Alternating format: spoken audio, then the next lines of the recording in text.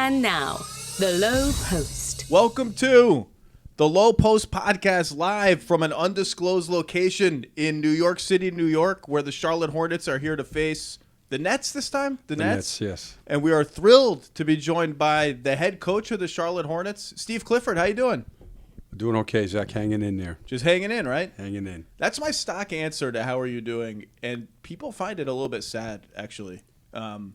I saw the Warriors were here a couple weeks ago, and Mike Brown said, "Hey, Zach, how you doing?" I said, "I'm hanging in." Or either that or surviving. And Mike Brown was like, "Surviving? Zach, I'm doing great. I'm doing great. I'm doing fantastic." I was like, I would pay so much money to be as happy as Mike Brown for just like half an hour. And if you were coaching the Warriors, you'd be doing great too. That's so true. It makes sense. And if I were ever be able to be the interim coach of the Warriors, I might never lose a game. I think they've lost. I think him and Luke are combined like 51-4 being the interim coach of the Warriors. Well, I work for Mike. Mike's a great coach and a good friend. And when we worked together, he was surviving too. He was if you're surviving? With the Warriors, Okay. When you're with the Warriors, you're doing great. That's the way it works. We have to start in rather less pleasant territory because Tyronn Lue steps away yesterday, citing chest pain and lack of sleep, and sort of like no one can pinpoint why. And the first reaction everyone has is, well, we heard this story already this season with Steve Clifford and the toll of the profession, and you stepped away for how long? Like a month? I think probably like 5-6 weeks. 5-6 weeks. Yeah. You stepped away. You were talking about headaches that you had for years, right? Like a couple of years. And what is the update to that? That it was really sleep deprivation was sort of cause number one. Is that accurate to say, or do we not even know? Yeah, I think it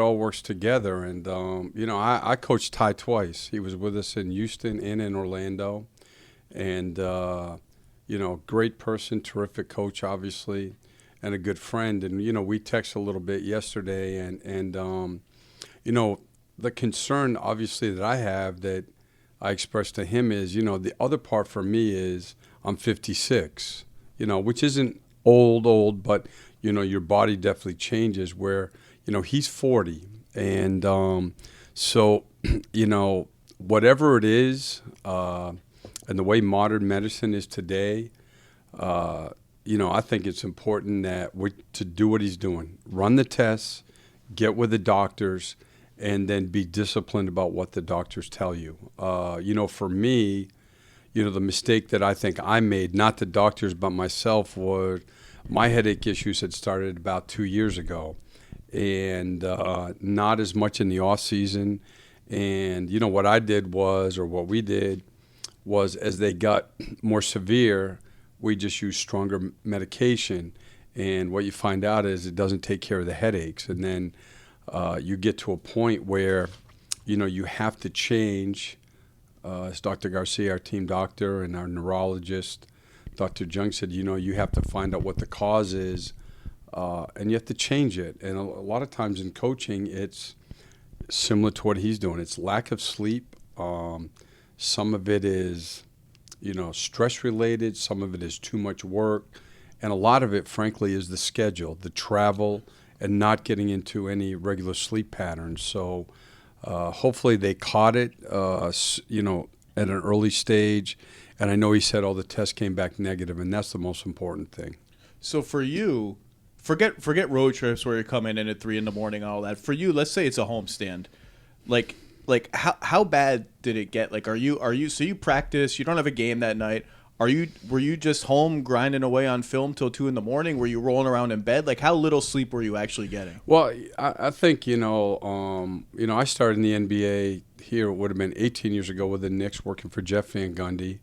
And I've had no breaks, I don't think, right?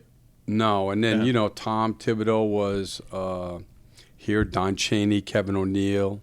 That was the staff, and that's a, hardworking staff. So my introduction into the NBA was, everybody was in by 5:15, 5:30. It's just the way that it was. And I've always been better in the mornings anyway.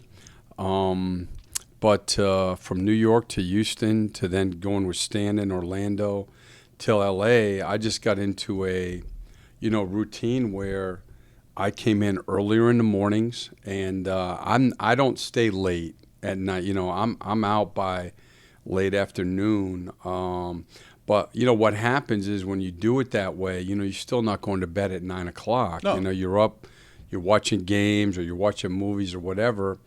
And, I just got into a lifestyle where I didn't sleep much. And I think that, basically what happened to me was at 54, 55, I couldn't, do that the way I did at 44, 45. And then I just didn't listen to my body enough when, like the doctors will tell you is, when you're starting to have headaches or in Ty's situation, chest pains, your body is saying this isn't okay. And you have to listen to it and you have to fix it. And, that's what we've done.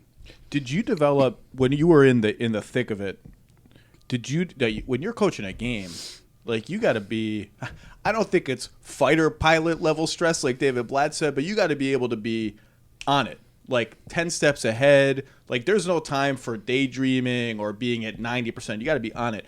Did you develop tricks, like when in your sleep deprived, stressed out, whatever state, did you develop tricks that allowed you to be on it in games, or was it just when the game started, it sort of all went away for a bit?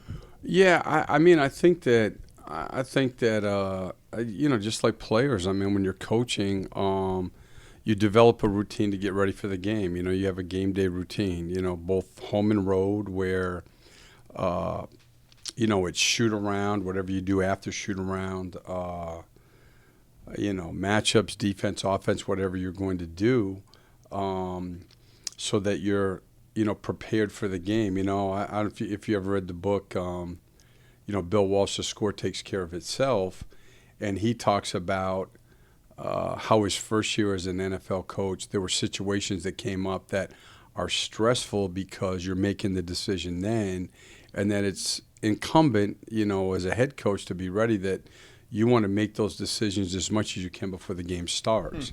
And in that case, so special situations, after timeout plays, in many situations, to me, game-to-game subbing rotations, you want to be as organized as you can. And then at the same time, you've got to be flexible within the game so you can go with your instincts, listen to your staff, and make changes. But, I do think also that the longer you do it, and it's one of the advantages, I think, of being a long-time NBA assistant, being fresh for the games, just like for the players, is something that you have to learn how to do. And especially 5 and 7 nights, back-to-backs when you're getting in early in the morning, those things. But, after you've done it 3-4 years, you do get used to it. I was talking to an assistant coach. This is way back last season. We both had young kids. We were talking about sort of finding a way to rest. And he was like, yeah, the pregame nap is sort of the legendary part of the NBA. He's like, sometimes I can't nap, but I just lay in my bed for like 30 minutes and just do nothing. I don't sleep. I'm not reading. I'm not thinking. I'm just sort of zoning out for half an hour. And it really helps me. And I was like, I'm not the only one. Like sometimes I lay down to take a nap. I can't take a nap, but I just sort of sit there and I'm like, it kind of feels nice to just sort of sit here. So what's different now? Are you sleeping 7? I remember you got up to 7 hours a night at one point. Are you at 7? Can you get to 7? Well, I can almost get to 7. The one thing I do now that they have me do is I set an alarm, and if I wake up, which normally I do before the alarm goes off, I just lay there. I like it. And so it's, as Dr. Jung told me, you have to retrain your body to get back to normal sleep. And I don't go in as early in the morning. I delegate more. I'm delegating more. So I'm fortunate in that we have a staff, they're terrific, and we've been together. So I feel like our team has not lost anything in terms of preparation. And it's been good for me. This is the best physically I've felt in a long time. And, when you read, to get back to your point about the 30 minutes of sleep, I've read a ton of literature on sleeping. And believe it or not, like these afternoon naps, a lot of people will say that the 20 to 30-minute nap is more refreshing for your body than, say, a 90-minute nap. So it's tempting as the 90-minute. The 90-minute nap is like a dream. But the 20-minute nap is like, sometimes that does it. Sue Bird tried to sell me on the coffee nap, where you drink coffee and then you immediately lay down for like a 20-minute nap, and then the coffee wakes you up from the nap and you're good to go. I can't do that. That seems impossible to me. Coffee followed by nap doesn't seem like it would work. But I think you're right. Do you feel? I feel like we, the media, are at fault for some of this because it drives me crazy when I read a story about a GM or a coach and it has some line and they're like, oh, so-and-so woke up after another 4-hour night of sleep and started grinding away on the phones to make this trade. And we portray him as a hero because, oh, he's so committed to his job. He only sleeps 4 or 5 hours a night. And there's like a scintilla of the population that can actually function getting 4 or 5 hours a night. Like, that's just how they're wired. And then there's a lot of people getting 4 or 5 hours a night that are like killing themselves. And it's like, oh, the coach who sleeps on the cot. And I'm like, those are bad things. And I think some of it is in the NBA community in general. I think in media and in coaches, there's this tendency to it's almost like a badge of honor that I'm in the office at 5:15 and everyone sees me when they come in and I sleep 3 or 4 hours a night. We've lost the basic fundamental reality is that, and we're in the media, we're guilty of it. Is that's bad. Does that make any sense? Resonate with you? Oh, totally. You probably read these stories of coaches. You're like, oh man, I got to be like Bill Belichick. I got to sleep in the office. But I will say this is a couple of things. First of all, coaching is like any other job. There's no one way to do it. You have to do it in a way that fits you, a way that you're comfortable, and the way that you're effective at your job. And there are great coaches in all sports that don't spend a lot of time in the office, and there are coaches that do spend a lot of time in the office. And it again, at the end of the day, it's how your team plays. And for instance, that's why I made the point with Jeff and Tom, Kevin, Don Chaney. We were all in early. There was nobody staying there late at night. That's not that staff. So I think working for Jeff and Stan, like we have here, we have a working staff. Guys are home with their families the way they should be. You have to have a balanced life, in my opinion, so that you have the right perspective, the right amount of rest. But when people say, I think the Van Gundys, the notes, you slide the notes under the door, and they have all those questions when you go around. It's not like that. We were in there at 5 and there till 9. Everybody got in early. We did our work. We had practice.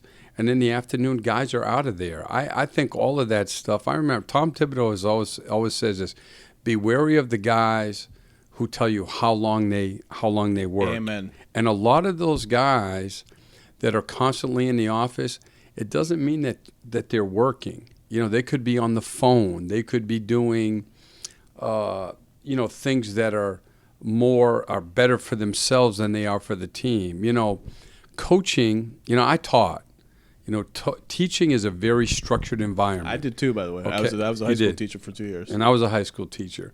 And teaching is a very structured job, right? You have first period, second period, you have lunch duty, whatever. Coaching is a very unstructured existence. You go in at, maybe you have a staff where you go in at a certain time. But for the most part, much of your day is determined by you. So you can be in there for days in the afternoons, and you could have tape on, whatever, be talking on the phone. I mean, my point is, no, there's an infinite amount of basketball you can watch. Exactly. I'm going to write something on the Blazers this week because they haven't lost, and I'm sitting there watching games and I'm watching film, and I have to write this column tomorrow. I got to watch more film. At some point, you got to write it. It just has to be done. And you have to forgive yourself that I didn't watch 1,000 Damian Lillard pick and rolls. I watched 400 instead. It's it has to just be okay. No, and getting ready for a game is the same thing. I mean, I think, again, you have to come up with a way that you're comfortable watching X amount of games on each opponent. This gives us enough of a chance to be ready. And, then like anything, you live with it. Yeah, it's we all work hard. I work hard, but if you're smart, you can work really hard and still find a way to get 7 hours of sleep a night in your job and my job. And there was a point last year where I was sleeping 7 hours a night regularly, and I felt bad about it. It's oh man, I see all these people tweeting. I'm like, I'm being lazy. Like, wait a second, I'm not being lazy. Like, I watch all these NBA games. I do my job. Like, it's important to actually get 7 hours of sleep. I'm sitting here and I'm like, I'm ashamed at getting 7 hours of sleep. It's like, first of all, I should be getting 8. Like, I shouldn't just be getting 7. Well, the other coach that I always think about, I saw on an ESPN special a couple of years ago, was Bob Stoops. And, I think football coaches during the season are, because of the nature of their game, those guys, I think are a lot. They sleep in the office, when they're getting ready. And he made the point there that he made his assistants go home, that he feels it's important to have balance. So, again, I think you have to have a way you do your job that you're comfortable with. And as long as your team is prepared, that's the most important thing. By the way, it's funny because someone once told me, it was like a year ago, someone once told me those Houston staffs under Jeff, where you're there, Tibbs is there, I think Mike Longobardi was there. Andy Greer. Patrick Ewing. Like, someone was like, they used to come in, they would get back from a road trip at like 2 a.m, and they had a rule to, like, everyone go to the office and work until the next day's practice. And I called Jeff, and I was like, is that true? He was like, no. But, like, these legends have sprouted about the Jeff Van Gundy Houston staff. That's not true. You're telling me. Listen, when you get questions, everybody always questions. Like with Jeff, we didn't meet a lot.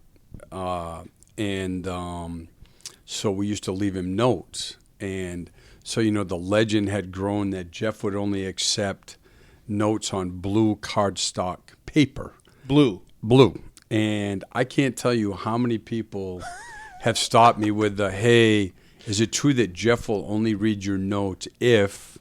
And I'm, no, not at all. I mean, he just wanted the information. He wanted your thoughts, but I wonder where the blue came from. Knicks? Is this just he just idea. Likes blue? I guess it should have been red. If I was going to say. Yeah. All right, let's talk a little bit about the Hornets. It's been a strange year for you guys, where a lot of the metrics say it's a good, solid team, and the record hasn't caught up with it. But I want to zoom in on one day. My colleague Woj reports that Kemba Walker is on the trade block on like a week before the trade deadline or 10 days before the trade deadline. What is that day like for you? When do you hear that report is coming out? And like, are you on the phone with Kemba? Do you meet with Kemba? What is a day like that inside an organization like for the coach? So we had a game that day, and then one of the assistants came in and said, hey, just so you know, this is being reported. And I text Kemba on the way in and just asked him to stop by the office. And he's one of those guys that, he gets in early, he eats breakfast there, so he can get ready. So he came in and we just sat down and talked about it. And I mean, what's he want to know? Like, is it true? Is that like a player's first question? Well, I think I was just more proactive with him and just explaining to him that there's no untradeable player. Yeah. I mean, there's no untradeable player. I mean, go back to NBA history. Any player could be traded.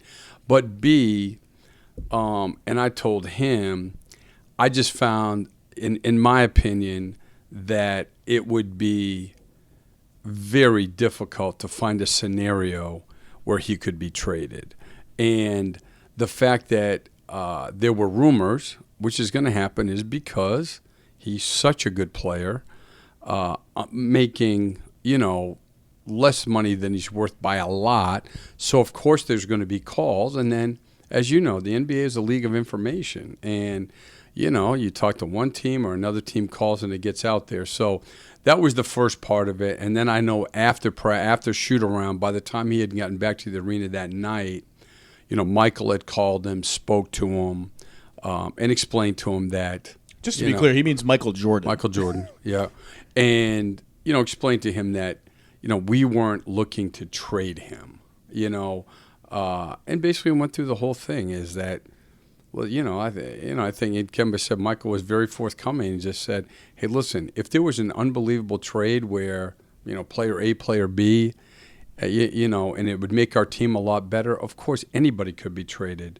But explain to him, like, look, you're not going to be traded. You're going to be here. You're the face of our franchise. And I thought Kemba handled it great. Did you think you would get this good? Like when you took the job, what, 12, 13? Is that your first year? Or 13, 14? This is my 5th year. Whatever that makes it. 13, 14 is your first year. Kemba was sort of like, I don't remember the exact timing on his extension, but I remember his extension was like, it was a source of controversy. Like, is he actually worth this? He got 12 and a half or whatever it is. Like, he got Drew Holiday money.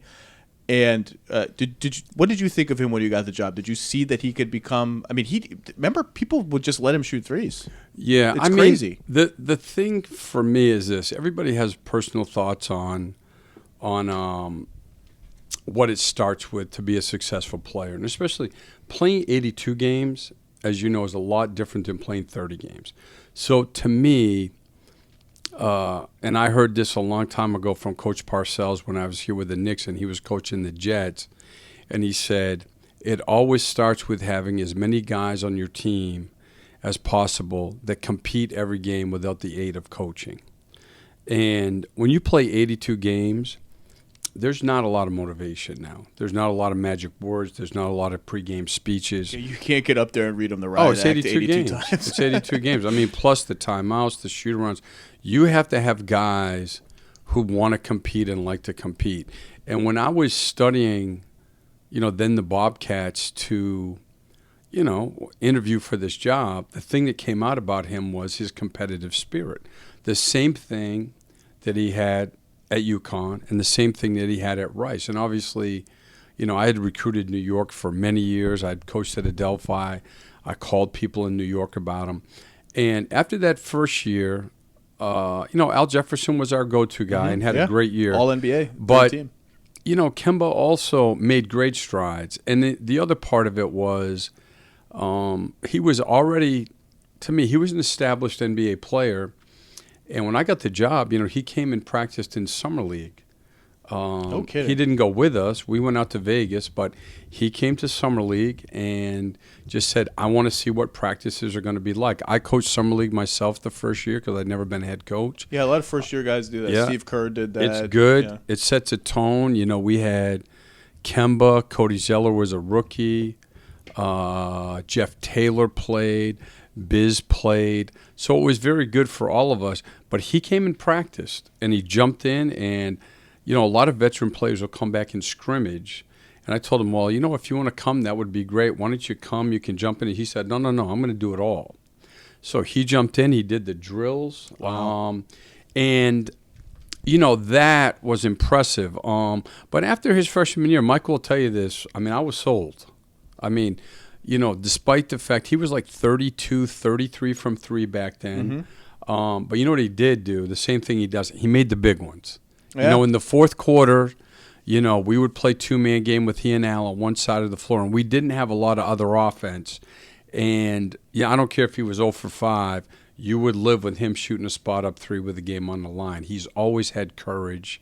But obviously the work that he's done with Bruce Kretzer, our shooting coach, is just, it's changed his career. I don't know that there are many players, we could sit here and make a list, but that go from everyone's going to duck under picks and be like, go ahead, shoot, to if you are 8 inches behind going over that pick and the big guy is not trapping, he's just going to pull, and you're going to be like, that's cool, that's good, and he's going to make 38%. I don't know that there may be 3 guys in the whole league who have made that kind of transformation. Yeah, if that. I always think of, I know the one that I hear from NBA, veterans, he and Mike Conley. He was, and that was the comparison I made when I wrote about Kemba's extension, because they're little, they're shifty, and the jumper. But I didn't think he'd become as good as Mike Conley, and he's.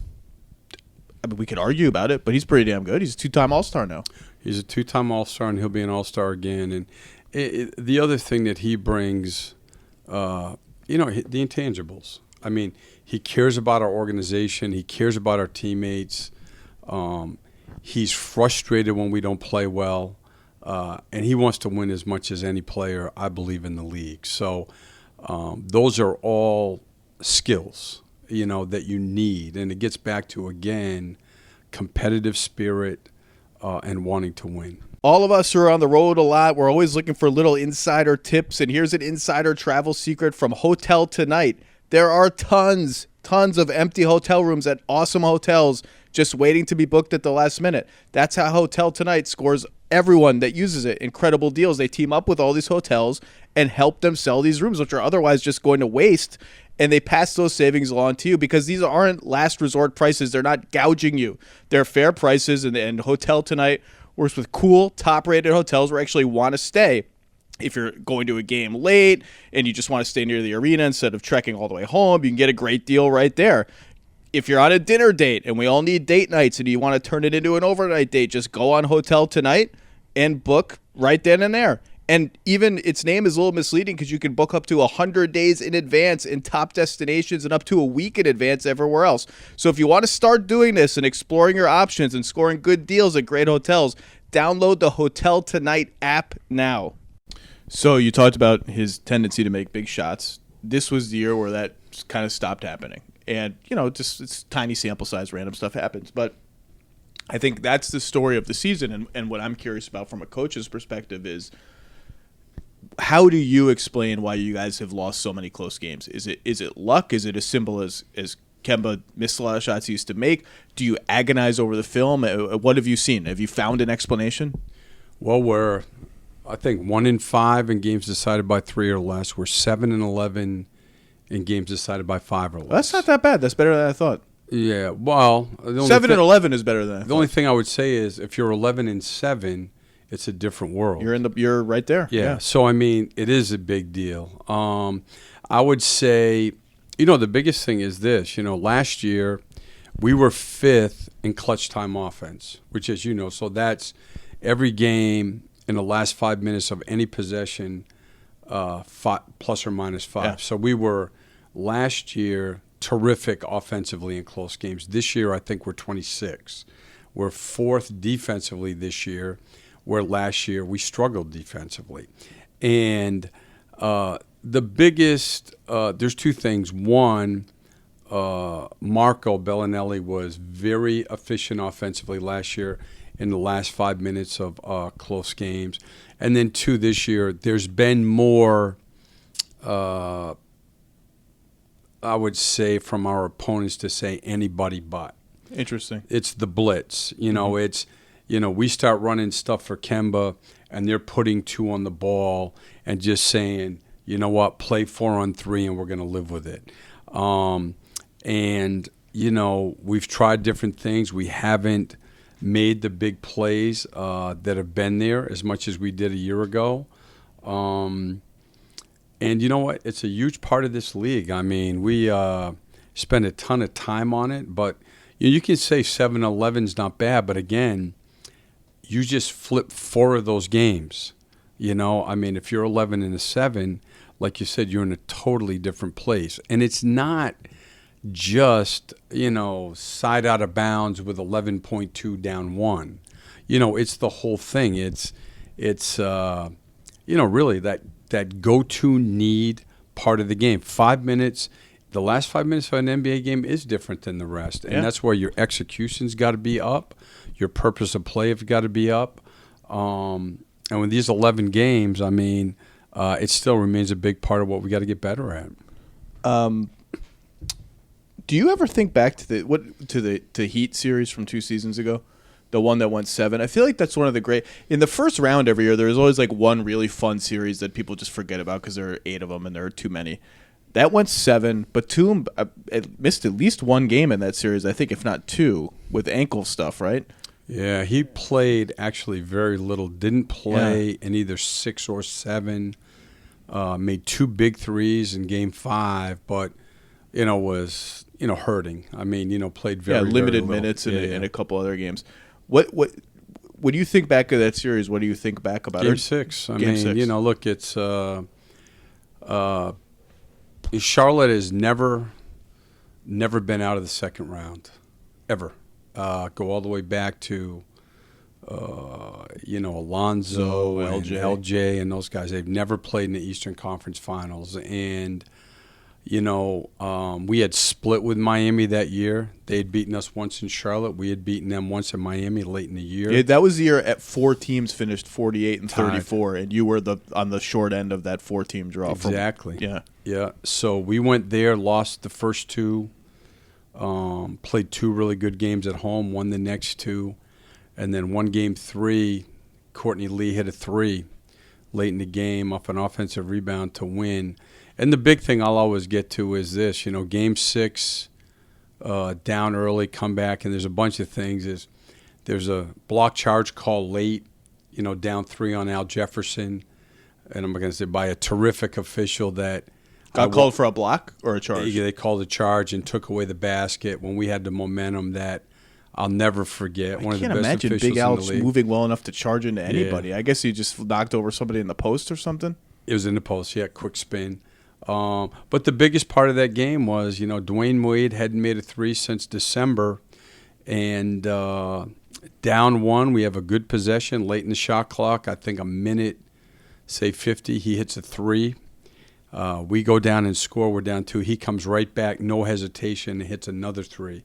So the first 2 threes he had made in 3 months were in Game 6 of that series in Charlotte. We're up 3-2. And then he came down one more time. We had another good defensive possession, and he ISO'd Courtney Lee, great defense, and he rose up. And, that's his greatness. I mean, you can look at all the other things. Kemba had 42 in that game. Ooh, I don't remember. I don't see. It's funny that there are just so many games. I don't remember Kemba having 42 in that game. He played great in that game. But you know what? It's just it was the greatness of Dwayne Wade. I mean, he's always been a closer. He's always been best when the game was on the line. And, they win that game, and then we went back Game 7, and, they blitzed us. Yeah. The other games have been good. They blitzed us in Game 7. Then you would have had Toronto the next round. Yes. Miami-Toronto went 7 in one of the worst in terms of quality of play, one of the worst playoff series I've ever seen in my life.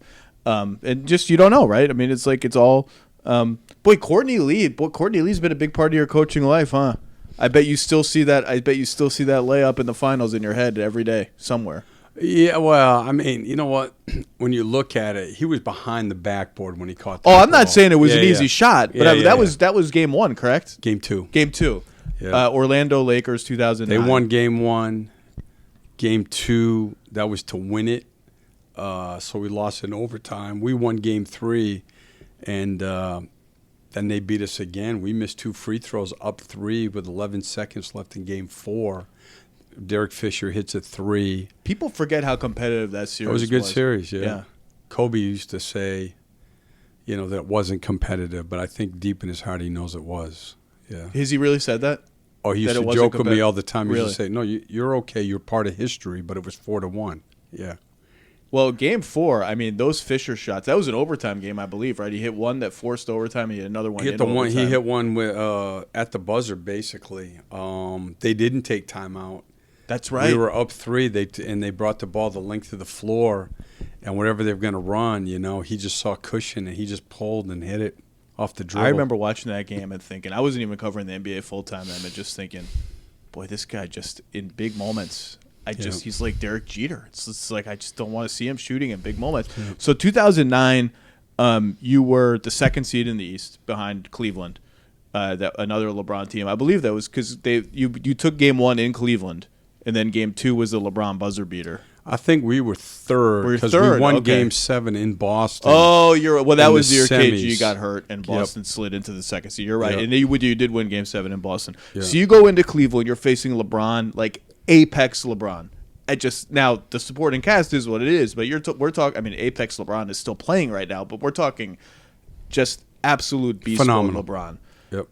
And you're like this unknown, like on the national scale, it's like this unknown Magic team. Like, Hato Turkoglu's kind of cute, and like Rashard Lewis seems like kind of an important player. Like, do you guys like go into that series rock solid belief we're better, we can win? Like, what's the mentality going into it? Actually, yes, because we matched up well with them.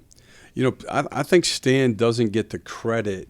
Everybody talks about, Mike D'Antoni small ball, and I work for Mike, and what they did in Phoenix, I think he was a pioneer, in terms of more shooting on the floor, playing smaller, playing guys who could all shoot the ball. But Stan was the other guy. And Rashard Lewis was the pivot point. The foreman. Yeah. And, this is a great story of we're in training camp, and we had just signed Rashard, and we didn't really know him that well. But in free agency, one of his points was that he didn't want to play the 4. He wanted to play the 3. Yeah.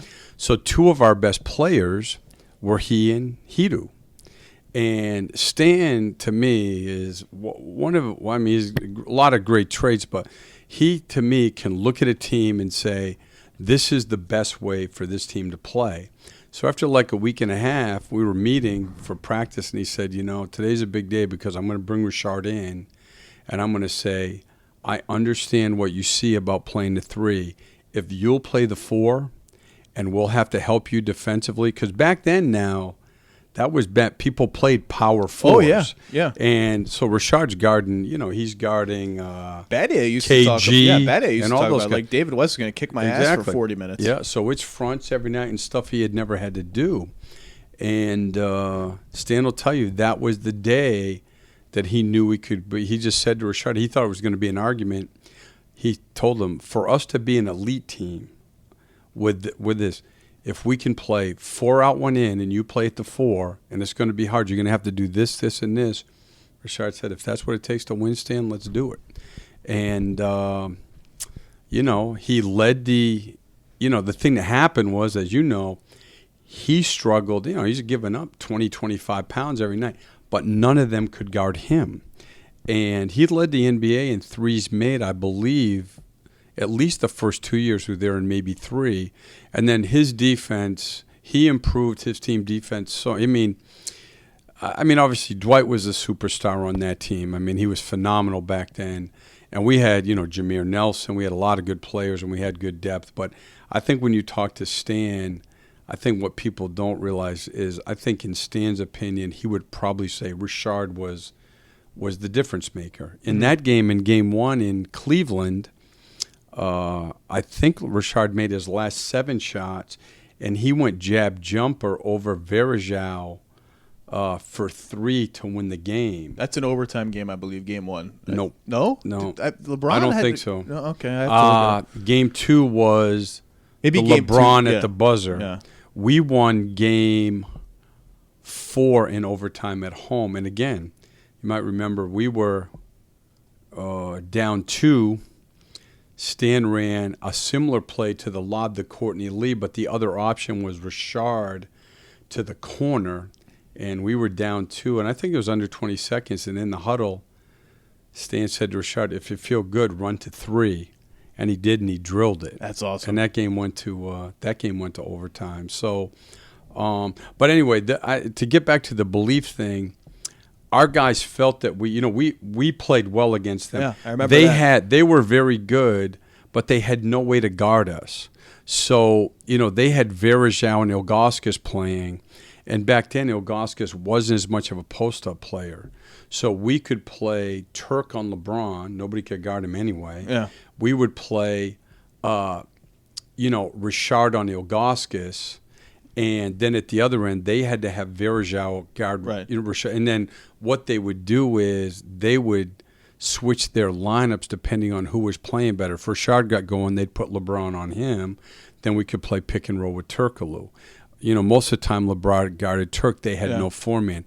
That's the next summer. That's when they went out and got Antoine Jameson to match up with us. What do you remember of the aftermath of that LeBron shot? That's one of the 4 most iconic moments of LeBron's career is that shot, even though he ends up losing that series. Like, I don't know, what do you remember from the scene, or like what is the locker room like after a moment? Like, do you just run off? Do you just walk off the court like and move on? Like, what do you remember? Of that? I mean, the bottom line, it was 1-1. So you can tell yourself that instantly, like it's 1-1. Well, look, I mean, here's the thing: is they don't show it, but I mean, we won Game 1 with again with Richard Lewis. End of the shot clock, I think he made it with 1.8 seconds. He did jab jumper 3. So if you're them, we won 1 that way. They won 1 that way. We had gone to Cleveland. We got the split. We were good at home.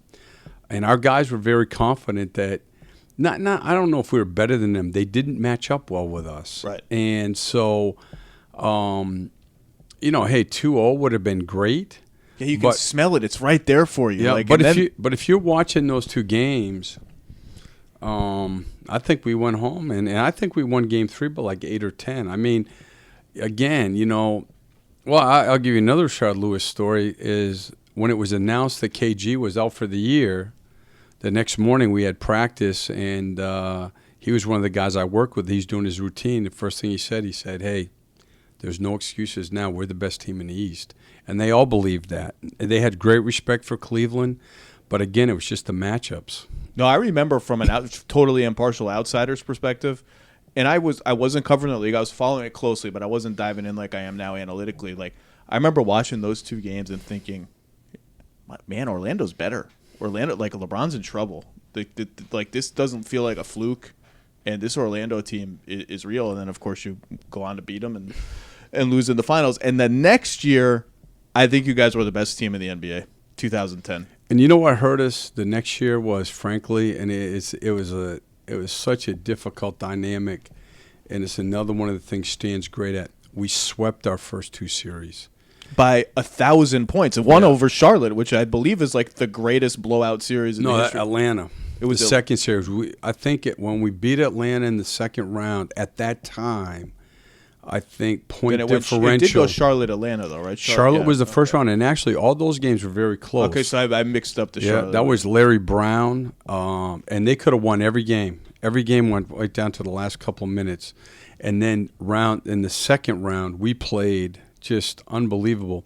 But the thing that hurt us was we swept the first round. We had to wait I think 5 or 6 days, which is hard. You know, guys have played by then 100 games. You know, we had been to the finals the year before. That's a factor, too. Then we came back in the second round. We swept again, and we had to sit around because that was the Boston-Cleveland series where Cleveland had gotten up, I think, 2-0, and then the Celtics came back. And so Boston came to Orlando. You know, we were the higher seed. And in game one, they played really well. We didn't. They weren't, they had a readiness we didn't have. There were some Vince Carter free throws that were missed at the end of that game. Yep. But the big one was, and this is what happens when you get the really good teams. So game two, we played terrific, and Paul Pierce was just better. And, it's what happens. Some of these guys, like if you look at team, that was Garnett, Rondo, Allen, Pierce. And I remember Stan saying it after we watched the film the next morning. He's like, listen, we played well tonight. If he's going to be that good, they're going to win. And it's what happens, So as much as anything, we paid for game one, right. Whether we, mentally, physically, whatever, because we had such a good team. And those guys had a real belief that we could, that second year, win the whole thing. But, you lose 2 at home, and I think only 5 or 6 times in the history of the league has a team lost 2 at home and then come back and won the series. Well, I thought and then you lost game 3 in Boston. Then we won game 4, won game 5. I thought you were going to come back to 7. Like that series had the feel of like, first of all, I thought you guys were better, and so when you lose the first 2, I didn't think you're out of it like most teams. Then you go down 3-0 in a loss that felt almost like the end. It was home. The crowd was crazy. Nate Robinson's doing crazy stuff. Then he won the next couple. I thought, man, this could be. So when that happens, do you start to think, wouldn't it be cool to come back from 3-0? Like, wouldn't it be cool if we were the team, or can you not even? I think that what you think is that, the way to look at it is, after you're down 2-0 is if you could ever get to again the 7th game and have it back at home, then even though we were the higher seed, that really would have flipped the pressure back on them. Yeah. And but look, we'd had great games with them all year. They were terrific. And but again, so many times, as you know, game 1 sets the tone for the series. And if you can go someplace and win on the road, you have control of the whole thing. Everybody in Toronto listening to this podcast just got a little bit nervous when you said game 1 sets the tone for the series. The whole city of Toronto, just like there was like a tremor among that. I think they've lost 9 game 1s in a row, which is like, that's DiMaggio level streak in the NBA. So I'm telling you right now, if they lose game 1 to Milwaukee or Miami, I'm flying up there immediately if I'm not there. I'm going to be at that game, too, if Toronto loses game 1. It's amazing. Oh, did Hato really eat pizza before games? Hato Turkoglu? I think that's the big like legend about him is that he would eat pizza right before games. If it's possible. It's possible. I'm not sure, but all I know is this. He had, he played great for us. He could play. Stan, I think, utilized him so well. Turk was, he was great. I mean, he's a 6'10" pick and roll player, and he could score it, pass it. Just a talented guy, but I mean, he played at an incredibly high level there. It's amazing when you said 18 years now in the NBA, and you're a very well respected, great coach, and it's amazing how being that for that long, you're at so many historic things. Like it's just like this is your life. Steve Clifford is amazing. So when people ask you, Coach, like maybe we're at beer number 2. Okay, Coach, tell me what the year was really like with Nash and Kobe and Dwight in Los Angeles. What are your go-to stories? Because everyone remembers the photo of Dwight and Kobe, like fake boxing at each other. So what was that year really like? I would say, first of all, from just a coaching perspective, one of the great experiences of my career,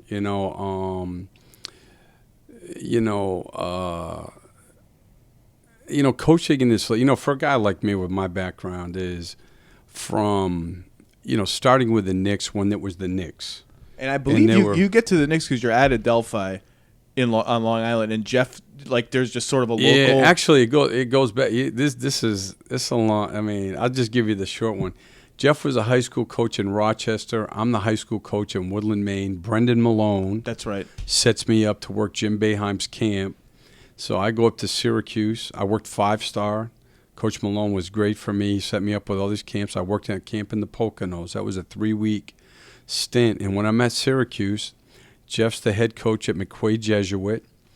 And his teaching station was beside mine. So, in between stations, the kids are rotating. We start talking. It's a huge camp. We developed a friendship. I end up going on to college. He goes to college. We always stayed in touch. And then when I was at Adelphi, he was with the Knicks, and they had the lockout. And he started coming. I mean, you should have seen this campus. He would, he's just a junkie. So he would come to games. He'd come to practice a couple times, and we were good. Mm-hmm. I mean, we're talented. And he helped me a ton. He would come and say, try this, do this, do this. So we really got to be, very good friends. And then I left Adelphi and went to East Carolina. They were going Conference USA, and they wanted to recruit in the Northeast. And, I had recruited in New York for a long time. So I went down there. And then he got a scouting job, advanced scout, the next year. And he called me and said, hey, do you want to try this?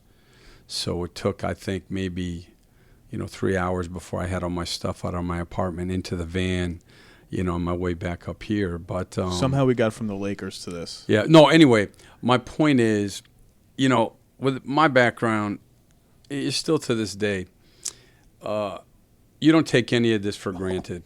I mean, it's I've had experiences, here in New York, like I was going to say, the Knicks were the Knicks back then.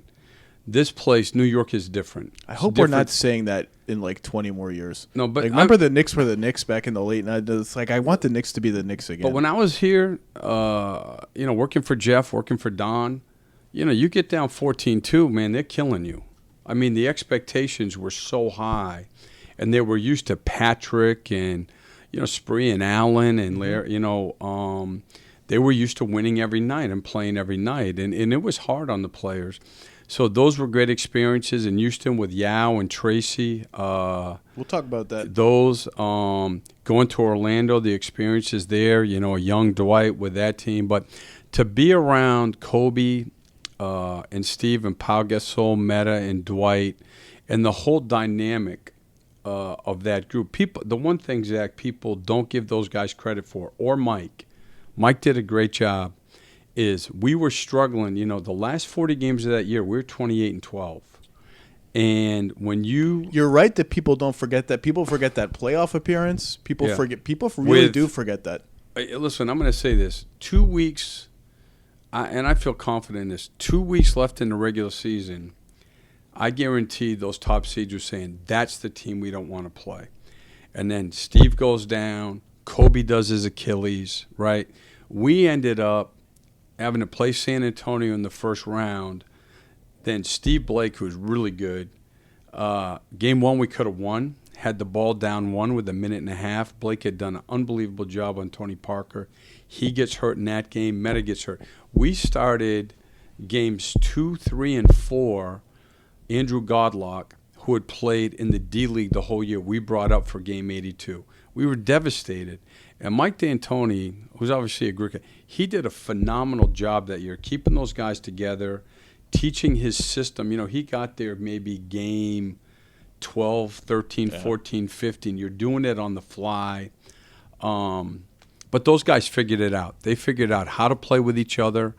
And once we got organized and tuned in, I mean, again, I think 28-12 over the last 40 was like the third best record in the league over that time. Was the Dwight Kobe situation bad? Could you feel it as dysfunctional, or did it not feel dysfunctional?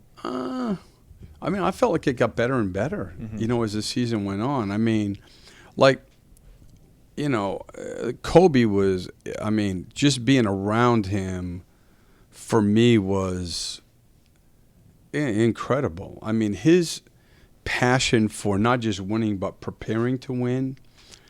And I've been around other good players who, I mean, I've just never seen anything like that.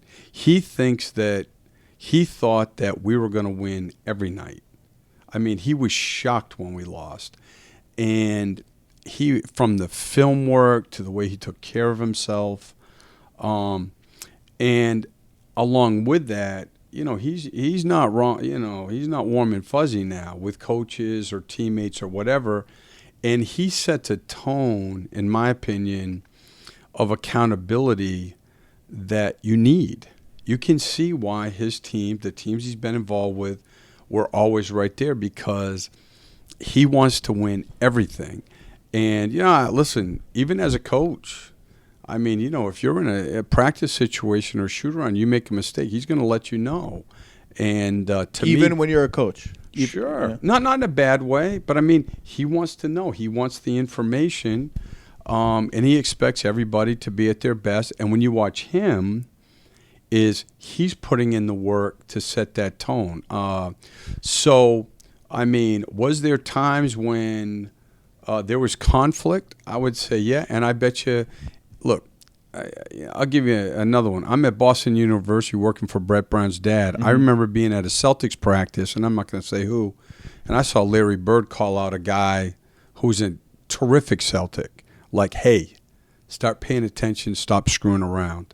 And the intensity went sky high. I bet it was McHale. Bird and McHale had that. Yeah, you know. nah. Well, it actually wasn't him, but anyway. That's why I always preferred McHale, because McHale seemed like a normal human being, and Bird seemed like a psychopath. Although Bird, it's funny to say that, because Bird is like small town Indiana, have a beer with him kind of guy. But as a competitor, like McHale was always like, I compete, but it's not life or death to me. Like there's some famous story about McHale had 50-something in a game, and Larry was like, you should have had 60. Like, I don't understand how you didn't get 60. And McHale was like, oh, man, 50-something's a lot of points. Like, I'm all right, you know? Although McHale delivered now.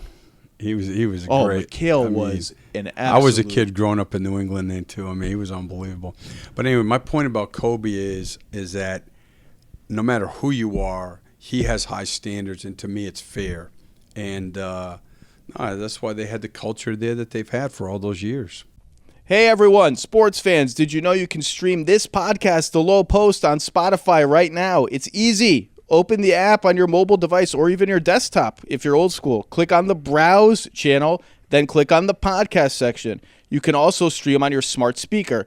Now it's that much easier for you to stay up to date on all the latest and greatest things in all sports thanks to Spotify. This is a very hard-hitting question. I want you to be prepared. We're going deep here. I want you to tell the world about your career coaching girls soccer, because I think this is an unknown Steve Clifford fact that from what I've heard needs to be out in the open, because soccer is not the same as basketball. It's a different sport, and I didn't know you had any expertise in soccer to coach it at least a youth level. I coached So if you were the full-time men's basketball assistant at St. Anselm College, you coach women's soccer. And that was part of the job? That was part of the job. It wasn't you coached something. It had to be women's soccer? It was women's soccer, and you did intramural volleyball. So it was a great learning experience. And, the issue was I think that I was 24. Okay. So obviously the senior players were like 22. And but anyway, I mean, we ended up being – so the first year, what I did, because I didn't know anything about soccer. I was going to say, we're not getting to play. Did you actually know how to play soccer? So what I did was I went out, and there was a local guy who had played at St. Anselm who was a teacher, and luckily he wanted to help. So he was my assistant. He basically coached the team. And then I went to a couple clinics. I used to do the goalies during practice. Okay. He would coach. I would do the goalies. But what we did was the first year we were not good, and I couldn't handle it. I mean, we're getting not blown out, but we just weren't good. So we sat down and we took the, I would say 25 to 30 best girls soccer teams in New England, because St. Anselm's a nice place. Yeah. So Massachusetts, Connecticut, Rhode Island, Maine, Vermont, New Hampshire, and I went nuts with recruiting. And this can't be true. Oh, my last year there, we had 2 All-Americans, both from Springfield, and I think we were like 11, 4 and 1. And there were a couple of times we were ranked in the top 20. Wow. I mean, we were good. Oh, yeah. And I still, listen, the whistle would blow, and this guy's name was Bill Van Valkenburg. He's a great guy. And they would make a call, and I'd say, Billy, was that a good call? Yes, good call. All right, shut up. I had no idea what was going on. Did you have any, when the players would ask you for guidance, could you provide any guidance? Sure. Like what happens in practice? Sure. Overlap, don't get beat to the ball. You got to. The concepts are very Could similar you to kick basketball. a soccer ball? What I would do, he used to laugh, is when we were scrimmaging and stuff, if the ball got kicked towards him, he would head it or chest it and touch it. Those were the only times I would make a point. If the ball was coming towards me in the air, I would catch it and say, look, we've got to do this more. We've got to, because if they would have ever seen me try to do anything with skill, it would have been embarrassing. I'm pretty sure they knew I didn't. You turned around the program. I did we not were good. know that's how it ended. Yeah, that you we turned good. around the program. It's like when I was a high school teacher, one of the conditions I was a history teacher, and one of the conditions of the job was you have to coach the debate team. I was like, I never debate. Like, debate is a serious thing in high school. I didn't know that. Like, there are rules. You get these big booklets about arguments you're supposed to make. So I was like, I guess I'll coach the debate team. I was the worst. See, I was the opposite of you. I essentially just arranged bus transportation to the various debates. Other than that, you're on your own. Like, I don't have time for debate. I was a terrible debate coach. How many assists did you average in college? I was told to ask this question. So I played for a great college coach, a guy named Len McPhee. We're close to this day. And back then, no three-point line, no shot clock. And we pounded the ball inside. No shot clock? What is this, the 50s? 70s. And, we played right in the high 30s, low 40s. So I didn't have a lot of assists, a lot of steals, a lot of turnovers, or a lot of points. Okay. But I had a lot of fun, though. Winning and I learned a lot. Who is your NBA comp? From what I understand, you were a defense first, pass first, point guard. Defense. Could you shoot? Pass. I shot the technicals. Okay. I always tell the guys, listen, if you look back at a box score and I had 7, the other team had 3, 4 technicals. Okay. Hey, look, they all count. Yeah, that's right. There'd be no comment. I wasn't very good. No. I thought maybe T.J. McConnell or somebody like that. I wish I was as good as T.J. T.J. got good. I'll tell you. A lot of us are going to eat crow on T.J. That dude's an NBA player. He's really good. Tracy McGrady told me, ask him about his damn joke book. And I was like, joke book? He's like, just ask. So I know a little bit more about it. I didn't expect this. So tell me what Tracy's talking about. If you're comfortable sharing. I just, what happened was from age 23 to, I guess 34, 35, whenever it was, I was in college. And back then, you recruited. It's not like now where they have limited times. I mean, you were out every night. Sounds and miserable, by the way. Sounds like a miserable existence. It's young, single, you're out there. Okay, so what happens is, I mean, you're at a high school game, then most of the time it's a bar with the coaches or the JV coach trying to get to know them.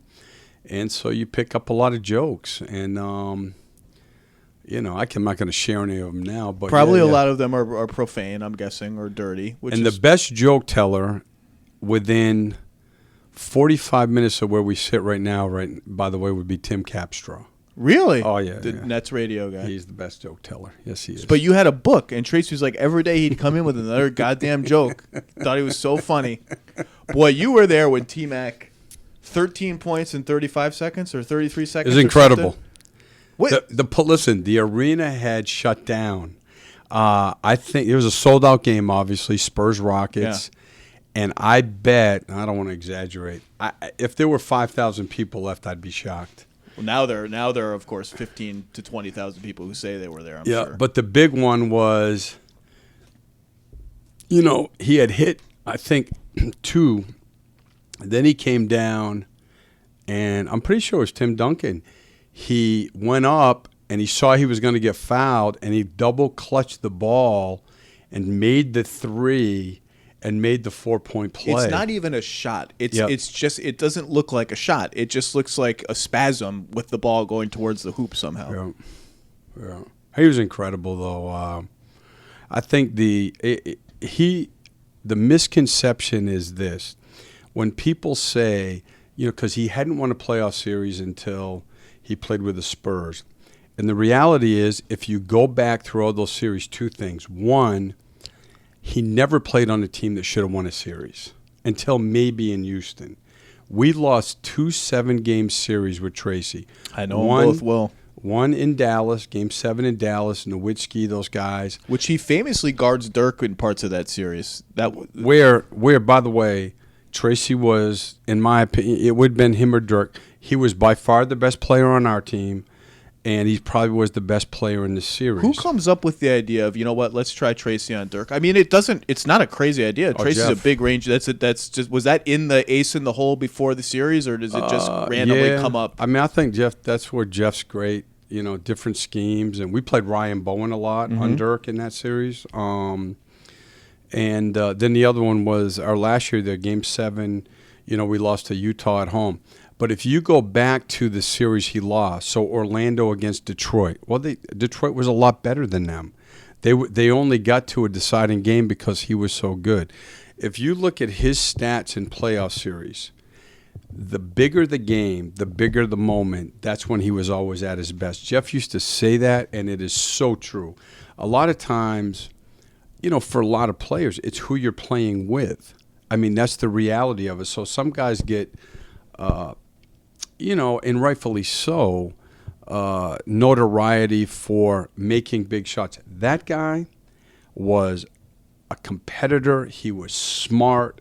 He badly wanted to win. And he was at his best in the toughest moments. That's just who he was.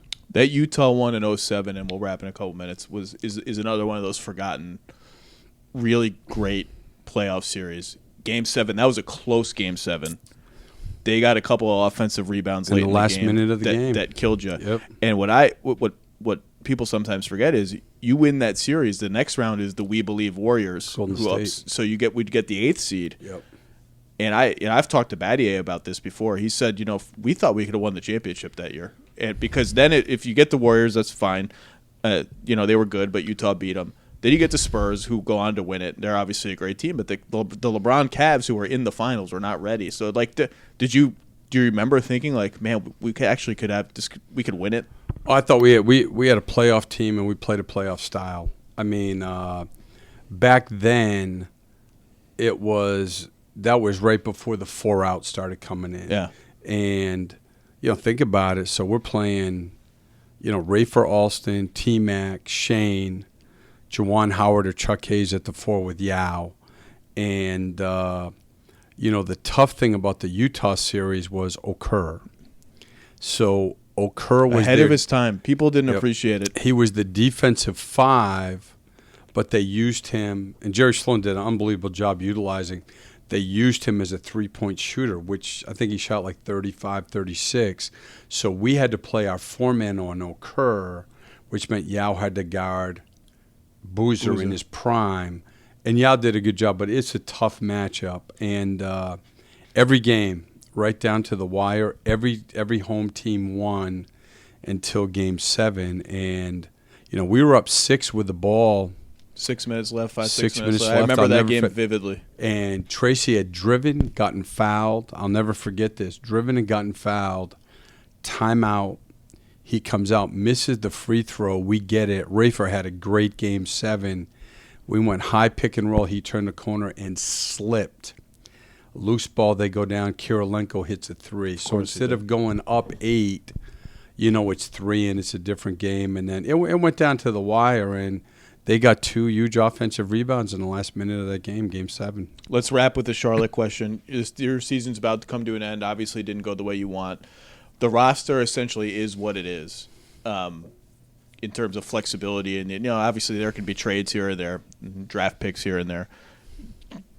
Looking at this team next year, do you look at it as a team if we all come back, like we could win 47, 48 games again? Are you optimistic about the future? Yeah, I mean, the frustrating thing is, and obviously I think that right now, what I have to be locked in our staff is that we finish strong.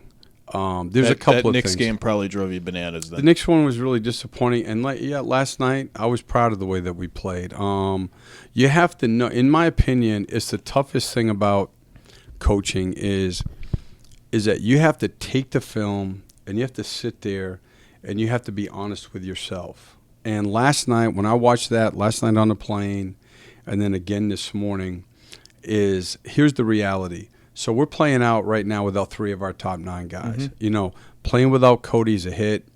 Obviously, Batum now. Nick, who has been really, for the last 6-7 weeks, really playing well. And then Michael Carter-Williams, for the last month he was with us, his impact on winning and all of his numbers across the board had darted up drastically. And he gives our second unit balance because he's such a good defender. And so we're in a position now where we're going to play the younger guys, but we're going to try to win. And in my opinion, these are my experiences, and I know this would be not a lot of people would agree with it, but I believe in it strongly, is just throwing younger guys out there 40 minutes a night so they can just get numbers is, A, they get the wrong idea, and B, you can't play well. And so to me, they're getting the minutes that they deserve. And Malik was really good last night. Dwayne Bacon he was 1 for 5, but he was very good last night. And Billy Hernangomez, that was by far his best game. 17. And they're playing in a way, which is to me is this whole game is, with 24-second shot clock, discipline of game, you have to play in a way that you're playing to your strengths, you play effectively, but the team plays well when you're on the floor. There are so many young players that are just gifted minutes, in my opinion, that put up numbers and you watch them play and you just say, you know what, I don't see how that's going to fit. And that's what we're going to do for 11 games. And you know what, it hurt us a little bit. At times you're going to have stretches, but, like last night, we could have shot the ball better, but I like the way that we played. And hopefully we can, do the same thing tomorrow. You said something before the Knicks game along these lines of just, and I read it and I thought, I'm glad I'm not crazy because, all these teams that are trying to lose. I mean, you can't say that. I'll say it. All these teams that are trying to lose are like player development. This is about player development. We're no different than a baseball team, that's out of contention, playing our prospects, giving them experience. I'm like, I get that. But then I'm watching at Memphis. This is just an example I'm picking on because they're playing Jarrell Martin at the 3 and just letting him do whatever he wants. Like Jarrell Martin's a 4, maybe a 5 in some NBA lineups, and he's like 19 on the shot clock. He's dribbling around a pick, taking a 20-footer, and it hits the backboard. Like I'm not sure that there's a lot of and that's just one example. I'm not sure that there's a lot of I don't know what the development is that's happening there that's like going to be actually useful when he's on a good team. And to your point, I do feel like there's a lot of like, I'm not sure there's a lot of value in like, yeah, just go out, shoot, play out of position in lineups that are bad, lineups that are dysfunctional, lineups that don't make sense on either end of the ball, and just like shoot a lot. I'm not sure that you can really play the player development card when you're doing that. Well, I think there's a number of things, and this is, I think it goes all the way back to grassroots basketball in our country. Okay, so when I first got in the league, I can remember sitting in Chicago, with Dickie McGuire, rest in peace, and Don Chaney, who had been around forever, and them saying then, players are less and less ready to play in our league every year. And what has happened is with AAU, and there are some terrific AAU coaches, terrific AAU programs where there's fundamentals taught and, there is a foundation of play. But, most AAU teams, or a large majority of kids in AAU, they're getting screwed, frankly. I mean, you're playing 5-6 games a weekend. There's no way you can play with proper effort if you're playing 3 games a day, okay? And then, from that, there's the recruiting piece, and guys come into this league every year with less and less of an idea how to play. You talk to and it's not the college coaches are phenomenal, but when you talk to those guys, they don't have time. The one and dones, they're not coaching them. They don't have time to teach them how to practice, how to get into a routine, how to get ready to play a game. It's not like that anymore. And so it's harder and harder. So in my opinion, the player development piece, everybody's always talking about the stuff that we talked about with Kemba. That's a part of it. The skill development is a part of it. But player development is that you can play well. It is being able to execute on offense, execute on defense. How does that happen? You learn to pay attention in film session. Okay? You learn that a routine is a routine. It's got to be every day. You learn that a down is a down. A zone is a zone. Not 7 out of 10 times, 10 out of 10 times. And that's what these young guys aren't even close to what they were 10 years ago. So to me, when you go through all this stuff and you allow guys to get out on the floor and play 5-6 minutes of haphazard basketball. Look, the NBA game, not because the coaches are better, we're not, it's because of the nature of the rules and how good the older players are. One step is everything at either end of the floor. And if you want to play in a playoff series, a Game 7, and be able to be on the floor and be able to execute and play well, they have to be on it. So I just don't see why you don't practice, do shoot-arounds, or play the games in a way that they're learning how to do that. That's how you learn about them. It's applicable to like future games and not just this like random 15-game stretch. Like I was talking, it's fun. Now you got me off of what topic to say, but it reminds me, I was on TV with Paul Pierce one day last week, and during the tournament was starting. And he's talking about Kansas and who Kansas is playing. And I don't follow college ball much anymore, but I always wonder, like, so I talked to him. I was like, Paul, is Roy Williams a good coach? Because I don't know if he's just a recruiter who looks good on TV and is like a rah-rah guy. He was like, Zach, that dude is an awesome coach. I was like, really? I kind of didn't expect that. He was like, I got to Kansas. I didn't know how to play. Like, I didn't know how to go around a screen on either end of the floor. I was just bigger and better than everyone else. I didn't know, like, what footwork was and how to pump fake and, like, what like an inside pivot and all this. Is like, Roy taught me all that. I was like, man, I didn't. But it reminds me of what you're saying of, like, now Paul went 3 years in college, I think. So he got a lot of coaching before. And here's my last thing about it, though, because at the end, you take a guy like Paul Pierce, who's the great example of all the big plays he made in big spots.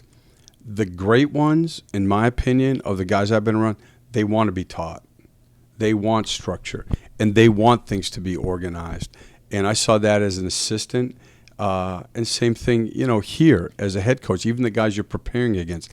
So you can learn something every day. I don't care if you're walking through coverages. You and your staff can learn something about each one of these guys every day. Sometimes with the younger guys, it's just that they're young. But they have to have the opportunity to learn how to play well in this league. There's no team that I've seen, you can't win in this league if it's not smart. Watch Golden State. You can say whatever. Hey, they can shoot. They can do this. They switch that. They're smart. In my 18 years, the team, not even close, that you emulate is San Antonio. Mm. And you know what? What stands out when you watch them play? They're smart. Yeah. Then there's the other things. This is not 24-second shot clock. If you're not smart at both ends of the floor, which starts with, again, smart players with the right habits, it is not going to happen for you. Coach, thanks for your time. Good luck in the last stretch of games here, and continue, knock on wood with the good health and a good routine. But it's good to see you, and thanks for giving us some time. Thank you.